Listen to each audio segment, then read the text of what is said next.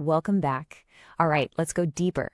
If part one was about the fire you see on the surface, this is about the core that fuels it. This is for the part of you that only you really truly know. Let's continue. Traits 5 through 8. So let's start with trait number 5. This one is foundational.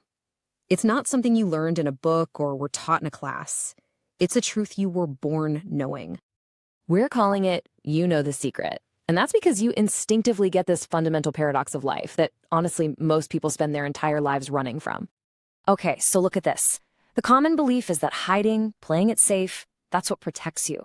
But your secret, the one you feel deep down in your bones, is the complete opposite. You know that risk saves. You just understand that the dangers you run away from are the ones that always eventually catch you, but they catch you on their terms, not yours. Now, this isn't about being reckless, not at all. It's about agency. It's this profound wisdom that tells you when you choose your challenges, when you run toward the fight, you rob it of its power to surprise you. You meet it head on, and in doing that, you just diminish its ability to harm you. This isn't just a clever strategy. It's your foundational wisdom. It's a real secret strength, and it guides almost all of your decisions. Okay, now let's move to trait 6. This is how that internal wisdom we just talked about, how it shows up on the outside, how it manifests in the world. Trait number 6, all or nothing. You know, some people might look at this and just call it intensity, but it's so much more than that. Your commitment is a superpower. It's the ability to focus every single ounce of your energy without any hesitation. The world operates in these shades of gray, right? Maybe. We'll see. But to you, that's just noise. It's wasted energy. Your language is absolute because your conviction is absolute. When you invest, when you love, it's total. There is an undeniable power in that kind of clarity. And your value system is just as clear. I mean, if you're given the choice between quiet, stable wealth and a single moment of pure, radiant glory, you are choosing glory every single time. You understand that true value isn't just in what you possess, but in the impact you make, the energy you create. That shine, that impact, that's the real currency. So this all-or-nothing approach, it isn't a flaw. It's the power of unwavering conviction. It's a clean burn of energy that lets you achieve what others, distracted by doubt, simply can't. Okay, let's get a little more intimate. For number 7, we have to look underneath all of that fire and conviction, at the very engine that powers the whole machine. Trait 7, the hole that drives you. This is probably the most vulnerable one we'll discuss, but it might just be the most powerful. That deep, gnawing hunger you feel, that is your rocket fuel. Deep down, there's a question, isn't there? Am I enough? For so many people, that voice is paralyzing.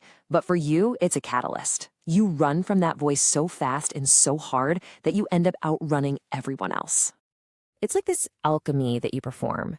You take what could be a source of profound pain, that feeling of emptiness or inadequacy, and you turn it into an engine.